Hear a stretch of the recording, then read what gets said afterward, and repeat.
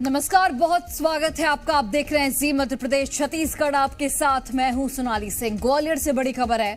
पूर्व परिवहन आरक्षक सौरभ शर्मा केस में पूर्व कांस्टेबल का नियुक्ति पत्र सामने आया है। लगातार इस मामले में नए नए खुलासे हो रहे हैं। अब सौरभ शर्मा का नियुक्ति पत्र सामने आया है और सौरभ शर्मा का नियुक्ति पत्र वायरल हो रहा है।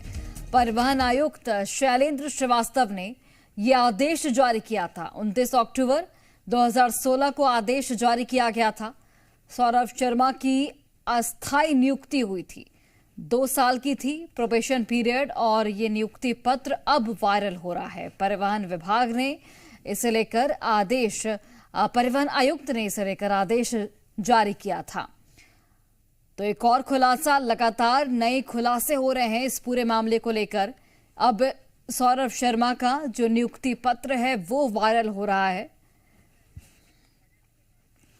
और चलिए अधिक जानकारी के साथ हमारे सहयोगी 2 अलग अलग जगहों से जुड़े हैं। भोपाल से हमारे सहयोगी अनिल नागर लाइव जुड़ गए हैं। इसके अलावा ग्वालियर से हमारे सहयोगी करतार सिंह लाइव जुड़े हुए हैं। अनिल, सबसे पहले आपका रुख करते हुए, जिस तरीके से इस पूरे मामले में लगातार नए नए खुलासे हो रहे हैं और अब ये बड़ा खुलासा हुआ है, नियुक्ति पत्र सामने आ गया है जो कि वायरल हो रहा है, क्या जानकारी फिलहाल? देखिए, सौरभ शर्मा की परिवहन विभाग में नियुक्ति को लेकर पहले से ही कई तरह के सवाल खड़े हो रहे थे। कई तरह के सवाल पहले खड़े हुए थे। इसी बीच जो है सौरभ शर्मा की नियुक्ति से जुड़ा हुआ एक पत्र सामने आया। अब उसके बाद और भी कई तरह के सवाल खड़े हो रहे हैं। परिवहन विभाग के आयुक्त शैलेंद्र श्रीवास्तव ने जो है ये नियुक्ति पत्र जारी किया था और 2016 में ये पत्र जारी हुआ था और 2 साल के लिए अस्थायी नियुक्ति सौरभ शर्मा को परिवहन विभाग में दी गई थी। अब सबसे बड़ा सवाल कि जब 2 साल के लिए अस्थायी सौरभ शर्मा को परिवहन विभाग में नियुक्ति दी गई थी तो वो इतने सालों तक कैसे परिवहन विभाग में जमा रहा। एक के बाद एक जो है चौंकाने वाले खुलासे सौरभ शर्मा के मामले में हो रहे हैं। देखेंगे कि जिस तरह से सौरभ शर्मा के पास काली कमाई की बेनामी संपत्ति के दस्तावेज, करोड़ों रुपए कैश, सोना चांदी जेवर और कई तरह के दस्तावेज जो है अलग अलग जांच एजेंसियों को मिले हैं।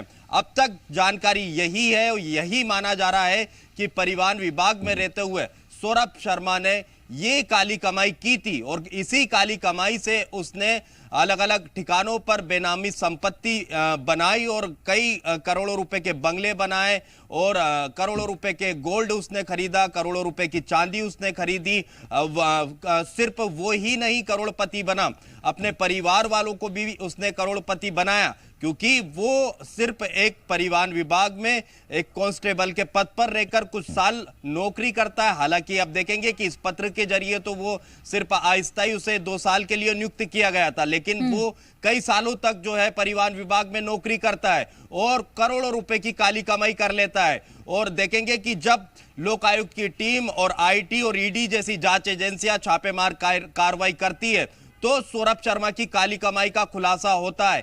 करोड़ों रुपए की संपत्ति के दस्तावेज जो है जांच एजेंसियों को मिलते हैं। एक के बाद एक सौरभ शर्मा के जो है चौंकाने वाले खुलासे हो रहे हैं। हालांकि अब तक सौरभ शर्मा जांच एजेंसियों के सामने पेश नहीं हुआ है। 2 समन जारी हो चुके हैं, लुकआउट नोटिस भी जारी हो चुका है। 19 दिसंबर को पहली बार लोक आयुक्त की टीम ने सौरभ शर्मा के घर और दफ्तर में छापेमार कार्रवाई की थी। करीब 12 दिन से अधिक वक्त हो चुका है, लेकिन सौरभ शर्मा अब तक जांच एजेंसियों से दूर है। बिल्कुल, और देखना यही होगा कि चूंकि लुकआउट नोटिस जारी हुआ है, 2 समन जारी हो गया, लेकिन उसके बावजूद भी सौरभ शर्मा पेश नहीं हुआ है। तो ऐसे में ये देखना बेहद महत्वपूर्ण होगा कि कब तक पेशी होती है और कब तक उससे सवाल जवाब पूछे जाते हैं। बने रहिए अनिल, आप हमारे साथ। और करतार सिंह भी लगातार बने हुए हैं। करतार, परिवहन विभाग पर भी सवाल उठता है कि जब 2 साल कि जो प्रोबेशन पीरियड था वो था सौरभ शर्मा के पास, इसके अलावा अस्थायी नियुक्ति थी, लेकिन इतने सालों तक कैसे वो परिवहन विभाग में नौकरी करता रहा? अब चूंकि नियुक्ति पत्र सामने आ गया है तो किस तरीके से कार्रवाई आगे बढ़ती हुई नजर आएगी? देखिए, सवाल 2 खड़े होते हैं। सबसे पहला सवाल ये कि उसके पिताजी की नियुक्ति स्वास्थ्य विभाग में थी, तो आखिरकार इसकी नियुक्ति जो अनुकंपा नियुक्ति होनी थी स्वास्थ्य विभाग में होनी थी। स्वास्थ्य महकमे में ना होती हुई परिवहन विभाग में नियुक्ति होती है, वो भी अस्थायी नियुक्ति। 29/10/2016 को एक आदेश जारी होता है। 2 वर्ष का परीक्षा काल था। परीक्षा काल में अस्थायी रूप से परिवहन विभाग में इसकी नियुक्ति जारी की गई थी। ग्वालियर आयुक्त जो परिवहन विभाग आयुक्त है उनके द्वारा लेटर है वो जारी किया गया था।